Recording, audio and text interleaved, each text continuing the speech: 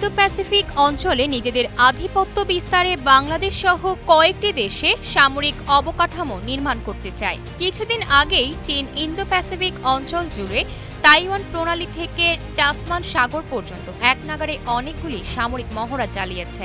এর মাঝেই বাংলাদেশ দ্বন্দ্বের মাঝখানে পড়েছে। এই দ্বন্দ্বের কেন্দ্রে আছে যুক্তরাষ্ট্র এবং তাদের মিত্র দেশ চীনের ইন্দো প্যাসিফিক স্ট্র্যাটেজি। সাম্প্রতিক বছরগুলোতে চীন এবং যুক্তরাষ্ট্রের মধ্যে যে দ্বৈরথ এবং দ্বন্দ্ব, তার রঙ্গমঞ্চ হয়ে উঠেছে ইন্দো প্যাসিফিক এই এলাকা। ইন্দো প্যাসিফিক অঞ্চলে দেশ আছে ১ ডজনেরও বেশি। সম্প্রতি যুক্তরাষ্ট্র দাবি করেছে বাংলাদেশ সহ কয়েকটি দেশে চীন সামরিক অবকাঠামো নির্মাণ করতে চায়।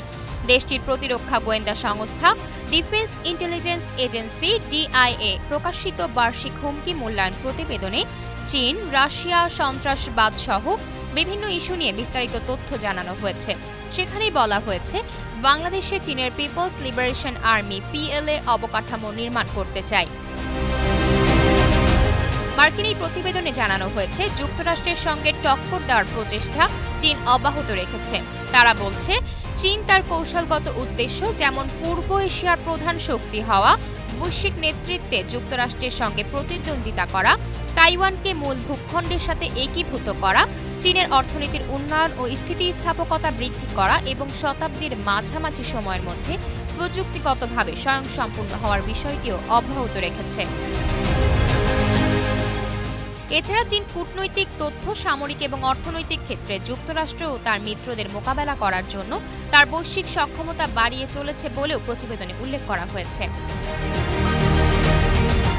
মার্কিন সংস্থাটি আরও বলেছে চীনের president Xi Jinping Indo Pacific অঞ্চল এবং এর বাইরে যুক্তরাষ্ট্র ও তার মিত্রদের সাথে প্রতিযোগিতার জন্য চীনকে আরও ভালোভাবে প্রস্তুত করতে একটি সর্বাত্মক প্রচেষ্টা চালিয়ে যাবেন।